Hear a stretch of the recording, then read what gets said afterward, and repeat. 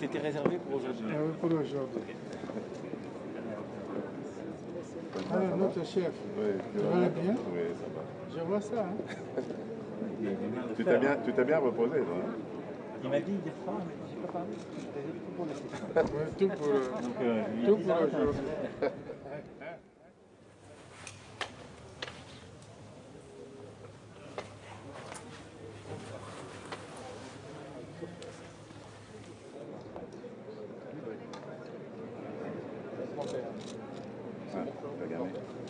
Kristalina, je te laisse commencer par courtoisie. Oui. Tu félix et je conclurai. Mais Le floor is yours. en anglais? Oui, en anglais. Okay, merci. It is a very important moment. We are gathered here to reverse what has developed as a very dangerous divergence between advanced economies and developing countries, especially Africa. We have to go back to the strong development Africa had before COVID, for Africa and for the rest of the world. And we have to put our resources strongly behind growth and social improvements in Africa. For us at the International Monetary Fund, what it means is extraordinary action. With the support of our members, we are putting forward a $650 billion new allocation of special drawing rights, lifting up reserves everywhere, lifting up reserves in Africa. Africa this year is expected to grow only 3.2%. The rest of the world, 6%. We have to boost growth, public and private investments in Africa. And we can do that by mobilizing financing from international organizations, from bilateral donors, and of course, from the countries themselves. We have the ambition to bring special drawing rights from countries like France that have strong positions to on lend to Africa. And I am confident this is going to materialize for the sake of Africa, but also for the sake of all of us, because growth and stability in Africa means prosperity and stability in Europe. Merci, Monsieur le Président. Merci, Ministre général, chef Kristalina. Président Tshisekedi. Bien, merci. Ceci est une opportunité, une grande opportunité pour l'Afrique. Et nous remercions infiniment notre cher frère et ami Emmanuel Macron pour nous donner cette possibilité de venir voir dans quelle mesure on peut lever des fonds pour l'Afrique, sauver l'Afrique, qui a été frappée très durement par cette pandémie, qui a laissé nos économies exsangues, car nous avions dû consacrer tous les moyens que nous avions, les peu de moyens que nous avions, à combattre, à nous protéger contre la maladie. Aujourd'hui, il est question de voir dans quelle mesure nous pouvons relancer nos économies.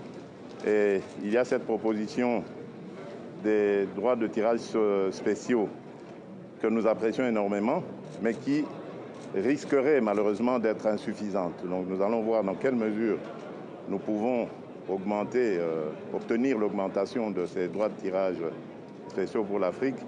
Hier, au dîner nous offert par Emmanuel Macron, nous avons visé le cap des 100 milliards. Ce sera déjà ça, ce ne sera pas encore l'objectif poursuivi, mais c'est déjà ça. Ensuite, nous devrions voir aussi au niveau de l'Afrique comment nous pourrions, à notre niveau, au niveau des communautés économiques régionales, proposer une sorte de filet de protection financier qui pourrait nous aider à pouvoir faire face aux crises de ce genre, parce que vous avez vu, l'Europe a su très vite renflouer les moyens pour relancer et protéger ses entreprises, relancer son économie, tandis que chez nous, ça a beaucoup balbutié parce que nous ne sommes pas préparés à ce genre d'imprévu. Donc nous verrons ensemble comment est-ce que nous pouvons revoir le paradigme, aller dans le sens du New Deal proposé par le président français pour permettre à l'Afrique de pouvoir faire face. Nous avons un grand besoin en infrastructure, par exemple. Comment est-ce que nous pourrions attirer les moyens, les investissements dans ce domaine et pouvoir ainsi relancer l'Afrique.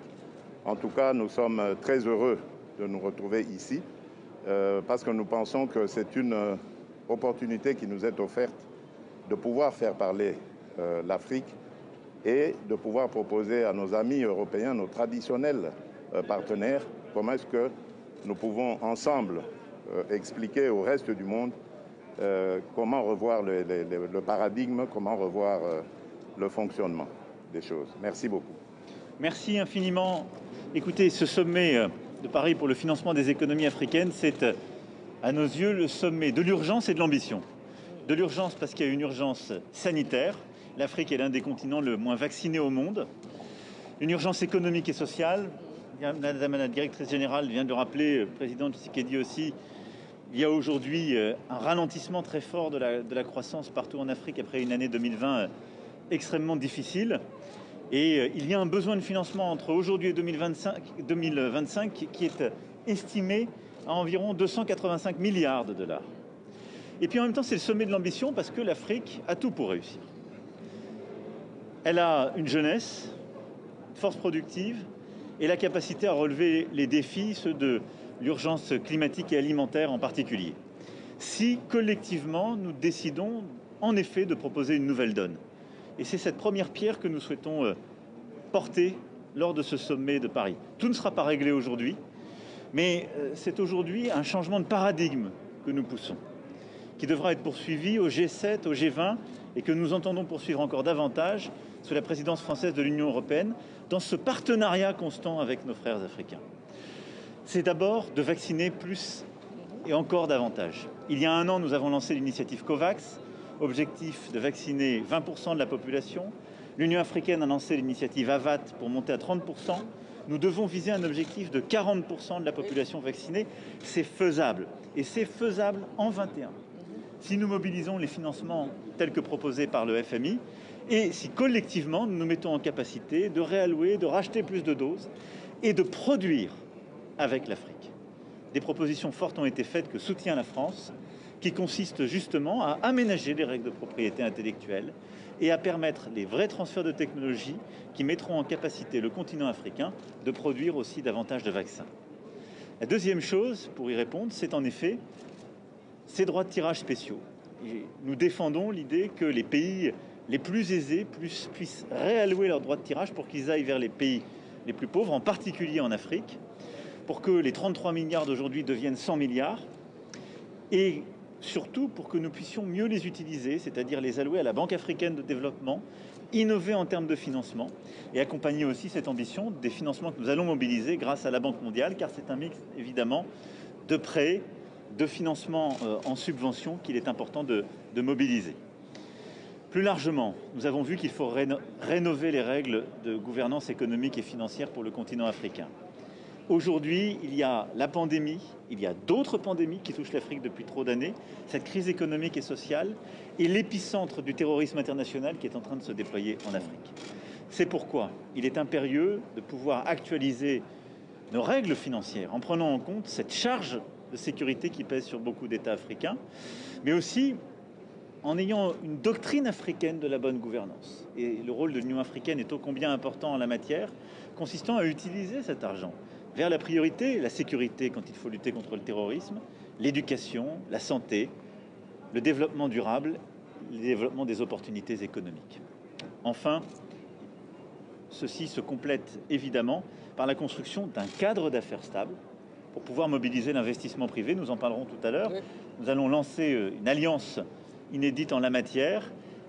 Nous avons hier déjà commencé ce travail et c'est le fruit depuis plusieurs mois d'un effort important. Et l'idée est de mobiliser beaucoup plus les investisseurs et entrepreneurs du secteur privé, africains et non africains, pour pouvoir en quelque sorte fertiliser ces réformes et accompagner ces financements publics. Chacune de ces composantes fait partie d'une stratégie qui est cette nouvelle donne pour l'Afrique. Je crois que si nous arrivons, dans les semaines et les mois qui viennent, à nous mobiliser sur cette base, nous aurons les capacités non seulement de répondre à l'urgence que j'évoquais et d'éviter le pire, mais surtout de faire de cette situation une chance pour répondre à des problèmes que nous voyions depuis longtemps, mais que nous tardions à régler au fond et avec des outils adaptés. Donc voilà ce dont nous allons encore travailler cet après-midi avant de vous rendre compte tout à l'heure. Merci beaucoup. Merci. On y va. C'est plus proche.